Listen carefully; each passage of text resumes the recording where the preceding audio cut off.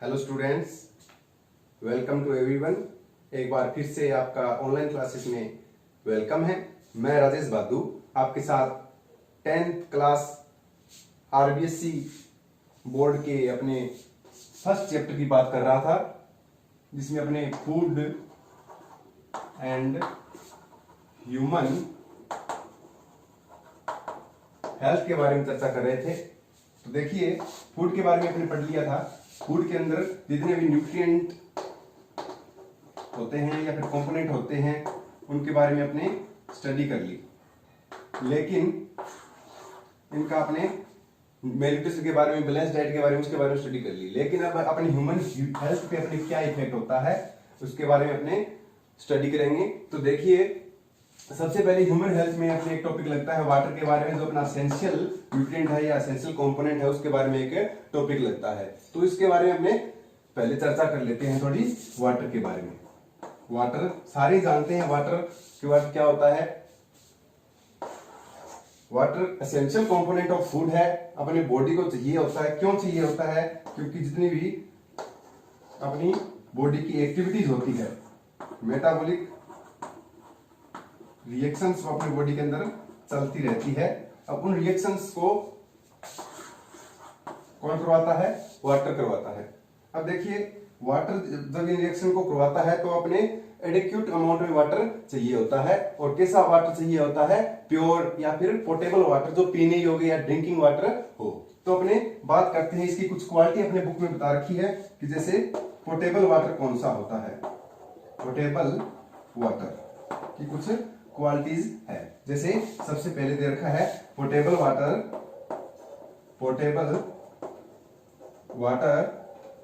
Have balanced pH. कि portable water की pH क्या होनी चाहिए? बैलेंस्ड होनी चाहिए। अब बात करते हैं पीएच की, तो पीएच का अपने एक नेक्स्ट चैप्टर के अंदर, फिफ्थ चैप्टर के अंदर पूरा टॉपिक है। लेकिन यहाँ पे मैं आपको थोड़ा बता देता हूँ, हाइड्रोजन लॉगरिथम जो नेगेटिव वैल्यू होती है, हाइड्रोजन जो आयन होती है उसकी सांद्रता होती है लॉगरिथम में, ठीक है, वो उसकी क्या होती है, जो उसका कंसंट्रेशन होता है वो किसी भी चीज की हो, चाहे वो पीएच कहलाती है उसकी, चाहे वो सॉइल की पीएच हो, वाटर की पीएच हो, चाहे वो कोई सॉल्यूशन की पीएच हो। तो अपने वाटर की पीएच क्या होनी चाहिए? बैलेंस्ड होनी चाहिए। और बैलेंस्ड पीएच कौन सी होती है? 7 होती है, जहां पे अपने क्या होता है, न्यूट्रल क्वालिटी होती है। और न्यूट्रल में अपने ना वो एसिड होता है, ना ही क्या होता है, बेस होता है। तो वाटर का जो पीएच होना चाहिए वो क्या होना चाहिए? 7 होना चाहिए, जो पोर्टेबल वाटर। इसके बाद नेक्स्ट बात करते हैं अपने पोर्टेबल वाटर की नेक्स्ट क्वालिटी की। तो नेक्स्ट क्वालिटी अपने लिख सकते हैं कि जैसे पोर्टेबल वाटर होता है उसमें एडिक्यूट अमाउंट होनी चाहिए किसकी? ऑक्सीजन की। कि ऑक्सीजन वाटर के अंदर होगा तभी जाके अपने बॉडी के अंदर पूरी तरह से ऑक्सीडेशन प्रोसेस है वो कर पाएगा। और एडिक्वेट अमाउंट किसकी होनी चाहिए? वाटर के अंदर ऑक्सीजन की एडिक्वेट अमाउंट होनी चाहिए। Portable water should not have any visible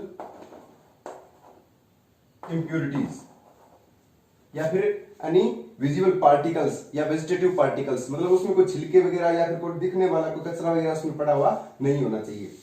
next अपने बात कर सकते हैं कि should not have water, portable water should not have any microbes या फिर पैथोजेंस, कोई भी पैथोजेंस या माइक्रोब्स उसके अंदर नहीं होना चाहिए। तो कहने का मतलब अपने वाटर है वो पूरी तरह से बैलेंस्ड होना चाहिए। अब बैलेंस्ड वाटर अपने या फिर पोर्टेबल वाटर अगर अपने बॉडी के अंदर ले रहे हैं तो ये पोर्टेबल वाटर क्या होगा, अपनी बॉडी के अंदर अगर प्रॉपर अमाउंट में ले रहे हैं तो जो टॉक्सिक सब्सटेंस बनते हैं वो थ्रू पसीने के थ्रू अपने क्या करता है, वो बाहर निकालता रहता है। तो इसलिए अपने इसमें अपने अमाउंट दे रखिए कि 8 to 10 ग्लास वाटर है वो डेली पीना चाहिए। और जो अपने क्या करता है, टॉक्सिक सब्सटेंस को क्या कर देता है, बाहर निकाल देता है।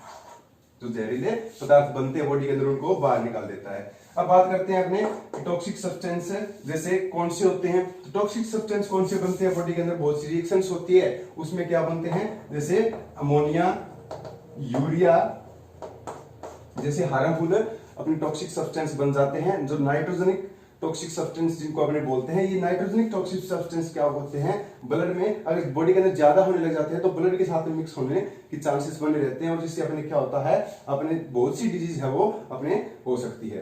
अब बात करते हैं अपने कि वाटर, पोटेबल वाटर तो हो गया, लेकिन ये सब अगर क्वालिटीज वाटर के अंदर नहीं होगी तो वो वाटर कौन सा होगा, कॉन्टेमिनेटेड वाटर होगा। कौन सा वाटर होगा, कॉन्टेमिनेटेड वाटर। अब देखिए ये वाटर कौन सा होगा, कॉन्टेमिनेटेड वाटर होगा। तो बात करते हैं अपने कॉन्टेमिनेटेड वाटर के क्या इफेक्ट हो सकते हैं। तो कॉन्टेमिनेटेड जो वाटर है उसके इफेक्ट क्या हो सकते हैं कि जैसे इससे अपने कोलेरा, डाइसेंट्री, डिप्थीरिया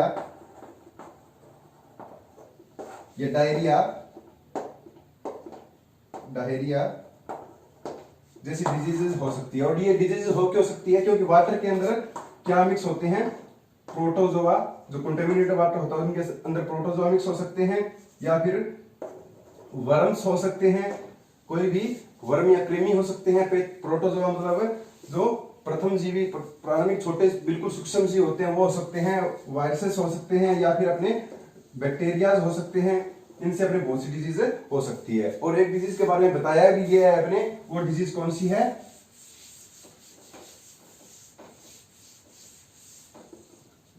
नारू या बाला डिजीज, जिसमें इसका जिक्र किया गया है नारू, या फिर इसको क्या बोला गया है, बाला डिजीज। नारू या बाला डिजीज। अब नारू डिजीज है, अब इसका जो रोग कारक है वो क्या है, ड्रैंकनकुलस मेंडेनेंसिस है। कौन सा है, ड्रैंकनकुलस मेंडेनेंसिस। नारू डिजीज का जो रोग कारक है या पैथोजन है वो कौन सा है, ड्रैंकनकुलस मेंडेनेंसिस। और ये अपने जो होता है वो इसके फीमेल से होता है, और इसका जो फीमेल है वो एग्स है अपने, वो कहां पे लेज करती है या कहां पे देती है, उस कंटेमिनेटेड वाटर में देती है, और वो एग्स अपने बॉडी में जाते हैं, और बॉडी में जाने के बाद एक पतले बाल के समान संरचना बनती है और इफेक्ट करती है। तो इसलिए अपने इसको नारू या बाला डिजीज बोलते हैं। और अपने राजस्थान में इसके पहले बहुत केसेस थे, लेकिन जो नारू डिजीज के लिए गवर्नमेंट ने फंक्शन चलाया, उस फंक्शन के बाद में 2000 के बाद में अभी तक कोई अपने को इस डिजीज से कॉन्टेक्ट हुआ नहीं मिला है। तो ये अपने हो गया नारू या बाला डिजीज के बारे में। तो इतना हो गया ये water, contaminated water and pure water, potable water की जो कुछ क्वालिटी। अब बात करते हैं अपने नेक्स्ट।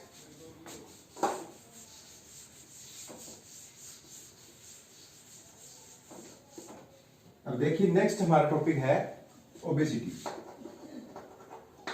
ओबेसिटी में क्या होता है कि जब हमारे शरीर में अत्यधिक फैट, बहुत ज्यादा फैट है वो जमा हो जाती है, तो यही क्या कहलाती है, मोटापा या ओबेसिटी कहलाता है। अब देखिए इसके बारे में लिख सकते हैं अपने, obesity is that condition when our body fats get accumulated in body। जब बहुत ज्यादा फैट है वो हमारी बॉडी में एकत्रित हो जाती है। देखिए obesity is that condition when our body fats get accumulated in body.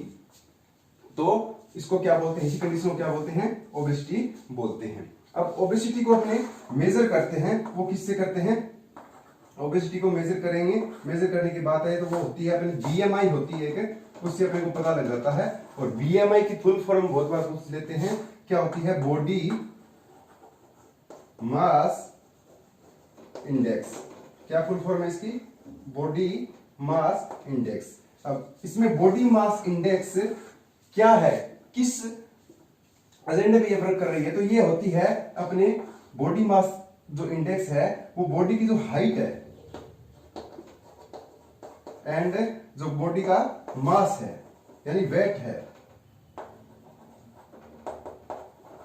पे वर्क करती है। अब बॉडी की हाइट है, वेट है, उस पे वर्क करती है। तो अपने उसके अकॉर्डिंग अगर अपनी बॉडी में 25 kg पर मीटर स्क्वायर टू 30 kg पर मीटर स्क्वायर अगर अपना रेशियो है, अगर ये रेशियो है अपनी बॉडी का, अगर अपनी बॉडी का क्या है, ये रेशियो है, तो हमारी बॉडी क्या है, प्री ओबेसिटी में आती है। किस में आती है? प्री ओबेसिटी में। अब बात करें अपने, अगर इससे 30 से ऊपर हो जाता है, ये रेशियो किससे ऊपर हो जाता है? 30 से ऊपर हो जाता है, तो ये दैट कंडीशन क्या कहलाती है? ओबेसिटी कहलाती है। That condition is called obesity. When the ratio of BMI is upper than 30 kg per meter square, that condition is called obesity. तो अपने ये हो गई ओबेसिटी। अब ये होती किससे है? तो अपने नॉर्मल एग्जांपल्स है इसके, जैसे जंक फूड से we get energy and don't use that proper amount, या फिर अपनी जितनी एनर्जी अपने जितनी ले रहे हैं उतनी अपने यूज नहीं कर पा रहे हैं, तो इस वजह से अपने क्या हो सकती है, ये रेशियो गड़बड़ हो सकता है। तो अपने ये रेशियो 25 से डाउन में ही रहना चाहिए, तभी अपने क्या रहेगी, बॉडी फिट रहेगी। और वरना क्या हो जाएगी, कोलेस्ट्रॉल ज्यादा बढ़ जाएगा बॉडी के अंदर, या फिर अपने क्या हो सकते हैं, फैट ज्यादा बढ़ने की वजह से अपने बहुत सी डिजीज अपने को हो सकती है। अब बात करते हैं इसके नेक्स्ट टॉपिक की। नेक्स्ट हम बात करते हैं किसकी? ब्लड प्रेशर की। इसकी बात करते हैं ब्लड प्रेशर की, या फिर रक्त दाब, जिसको अपने बीपी भी बोलते हैं। नॉर्मल में शॉर्ट के अंदर बीपी इसको बोला जाता है। ब्लड प्रेशर क्या होता है? तो मैं आपको बता देता हूं कि ब्लड प्रेशर क्या होता है। That pressure exerted on the wall of blood vessels by blood that flow in it.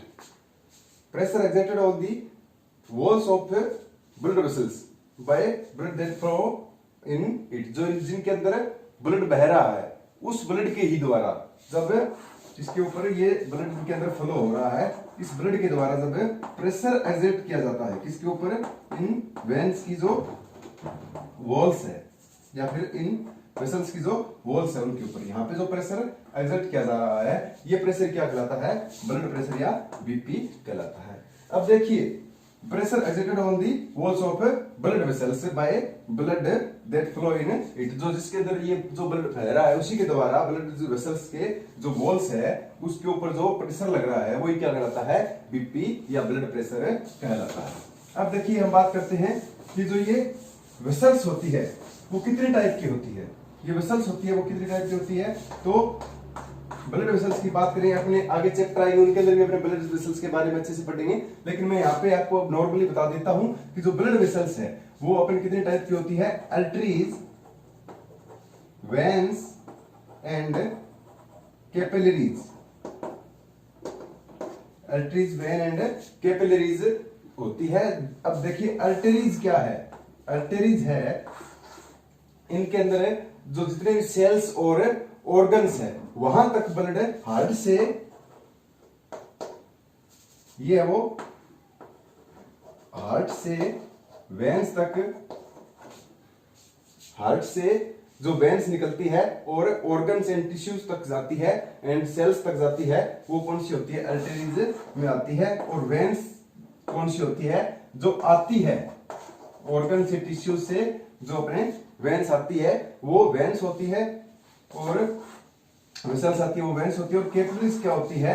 Arteries and veins आगे जाके बहुत बिल्कुल स्मॉल ट्यूबल्स लाइक स्ट्रक्चर के अंदर क्या हो जाती है? डिवाइड हो जाती है, और बिल्कुल ही बाल जैसी संरचनाओं में, लाइक हेयर, बिल्कुल पतली, जो बिल्कुल पतली अपने ब्रांचेस में क्या हो जाती है? डिवाइड हो जाती है। उनको क्या कहते हैं? कैपिलरीज कहते हैं। अब बात करें अपने ब्लड प्रेशर की। दोबारा, तो ब्लड प्रेशर होता कितने टाइप का है? तो बीपी अपने जब भी डॉक्टर आता है, बीपी जो ब्लड प्रेशर मेजर करता है, दो टाइप से मेजर करता है। पहला कौन सा टाइप है ब्लड प्रेशर का? सिस्टोलिक, और दूसरा है diastolic. Systolic and diastolic.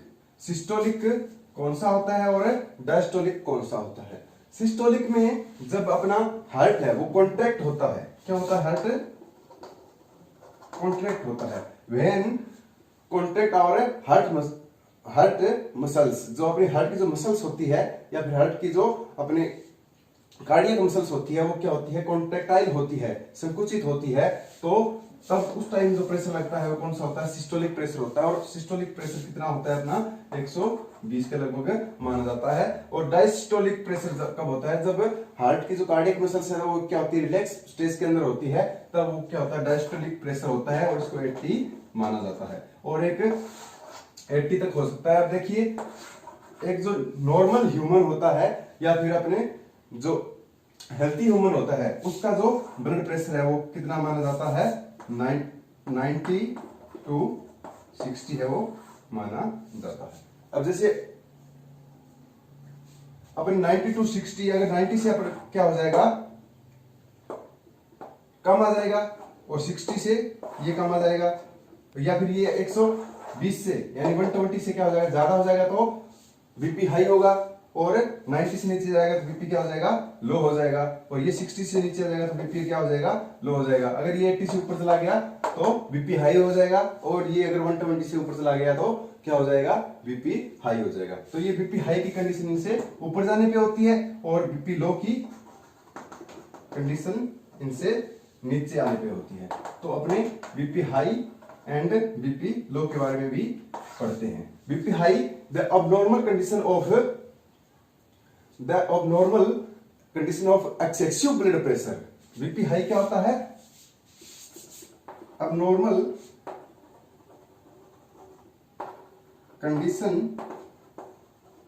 of excessive blood pressure in the blood vessels। Blood vessels के अंदर एक्सेसिव ब्लड प्रेशर हो जाता है तो क्या होती है? बीपी हाई हो जाती है। एंड लॉस ब्लड प्रेशर क्या होता है? जब ब्लड प्रेशर लूज हो जाता है बिल्कुल, तो उसको क्या कहते हैं? बीपी लो कहते हैं। तो बात करते हैं अपने ब्लड प्रेशर को मेजर किससे किया जाता है? मेजरिंग जो इसका इक्विपमेंट है वो कौन सा है? किससे मेजर करते हैं ब्लड प्रेशर को? इसका इक्विपमेंट कौन सा है? इसका इक्विपमेंट है स्फेग्नोमेनोमीटर। याद रख लेना, पूछ लेते इसका नाम स्फेग्नोमेनोमीटर। स्फेग्नोमेनोमीटर याद रख लेना। स्फेग्नोमेनोमीटर का क्या है? बीपी मेजरिंग करने का जो इक्विपमेंट है। क्या करने का? बीपी मेजरिंग का क्या है? इक्विपमेंट है। और सबसे पहले जो स्फेग्नोमेनोमीटर से अपने बीपी इक्विपमेंट का जिक्र आता है मेजर करने का, तो वो किसका आता है?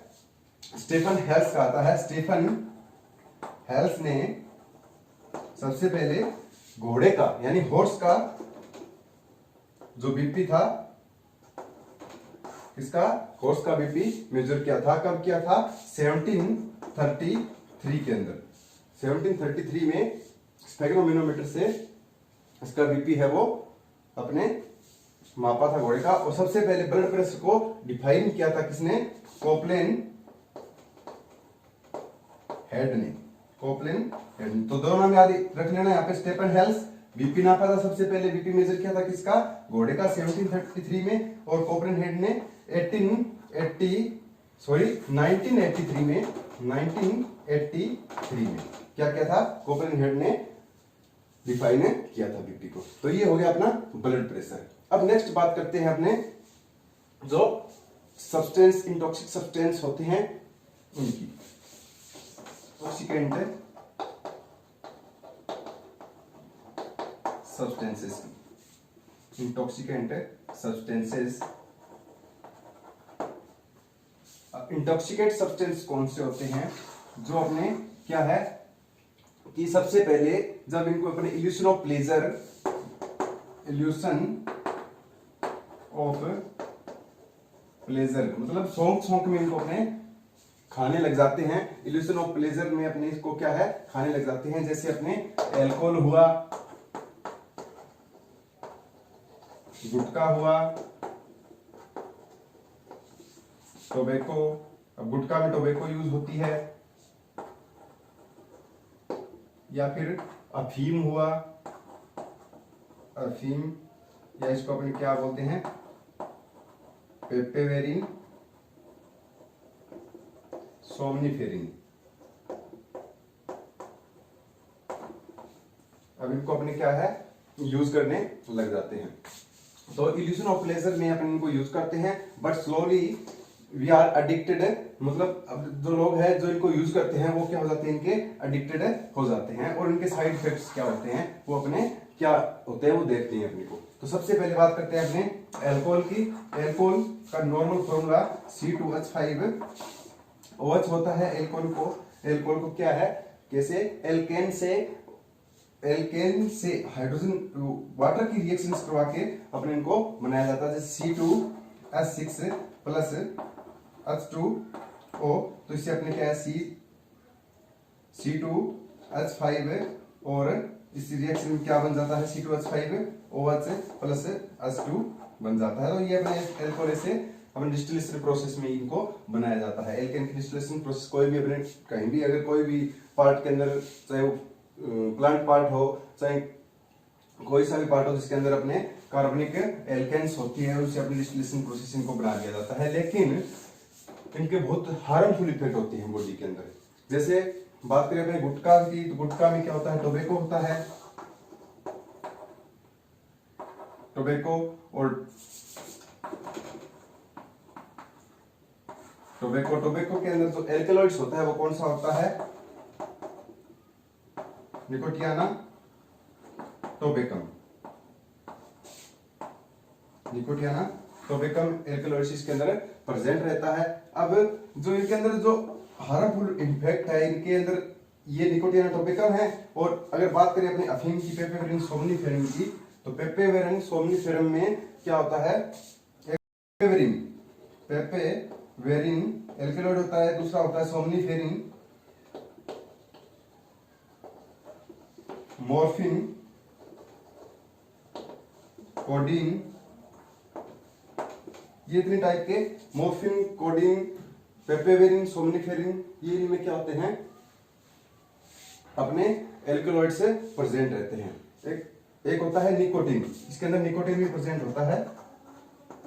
इसमें 5 टाइप के एल्कलॉइड से प्रेजेंट रहते हैं, पेपेवेरिन, सोमनिफेरिन, मॉर्फिन, कोडीन एंड निकोटीन। और टोबैको में ओनली एक एल्कलॉइड्स प्रेजेंट रहता है। अब ये एल्कलॉइड्स क्या होते हैं, ये क्या कर देते हैं, मादक पदार्थ होते हैं, नशा देते हैं। तो इससे अपने क्या हो जाता है, एडिक्ट बॉडी है वो एडिक्ट हो जाती है, और इसकी जो लत है वो बहुत ज्यादा गंदी होती है, और एडिक्शन के अंदर अपनी बॉडी पे हार्मफुल इफेक्ट पड़ते हैं। तो वो हार्मफुल इफेक्ट कौन कौन से होते हैं वो अपने देखते हैं। वो हार्मफुल इफेक्ट जैसे अपनी जो आर्टरीज होती है वो क्या हो जाती है, थिक हो जाती है, मोटी हो जाती है आर्टरीज, और अपने हार्ट अटैक की प्रॉब्लम्स हो सकती है। सिगरेट या जो उनका धुआं होता है उनमें कार्बन मोनोऑक्साइड होती है, जो हमारी रेस्पिरेशन रेट होती है उनको कम करती है। इसके अलावा जो एल्कोहल्स होता है वो माइंड पे अपने इफेक्ट करता है, या फिर अपने जो याददाश्त है, रिमेम्बर जो प्रोसेस है अपनी माइंड की, उन पे क्या करता है, इफेक्ट करता है। इसके अलावा गुटखे से सबम्यूकस फाइब्रोसिस जो डिजीज है वो हो जाती है। तो ये सारे इनके बहुत से दुष्परिणाम है या बैड इफेक्ट है। तो अब अपने जो जितने भी चैप्टर है इसका सेकंड पार्ट अपन कर लिया है, इसके अंदर लगभग इतने अपने पढ़ने हैं सारे जो एल्कलॉइड्स है, एल्कोहल ये गुटके में या फिर सॉरी टोबैको में निकोटियाना टोबैकम, इसके अंदर निकोटियाना जो एल्कलॉइड है, अफीम के अंदर पेपेवेरिन, सोमनिफेरिन। और इसके अफीम का ये भी क्वेश्चन आता है कि अफीम कहां से अपने जो पेपेवर सोमनिफेरिन है ये कहां से अपने प्राप्त होती है, तो ये क्या होती है, फ्रूट मिल्क से अपने को ऑब्टेन होती है। कहां से ऑब्टेन होती है, फ्रूट मिल्क से ओपन होती है। और फ्रूट मिल्क में क्या लगाया जाता है, चीरा लगाया जाता है। जैसे इस टाइप से इसका टिंडा होता है, टिंडा बोलते हैं, इसको फल बोलते हैं। और इसके अंदर क्या होता है, चीरा लग के इसका मिल्क होता है और इसको अपने इकट्ठा किया जाता है जिससे अपने।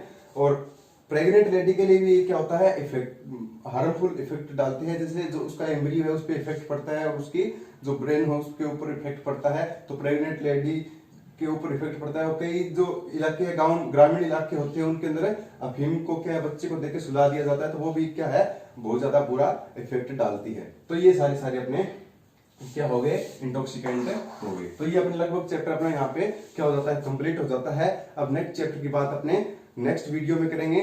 तब तक घर पे रहिए, सुरक्षित रहिए। जय हिंद, जय भारत।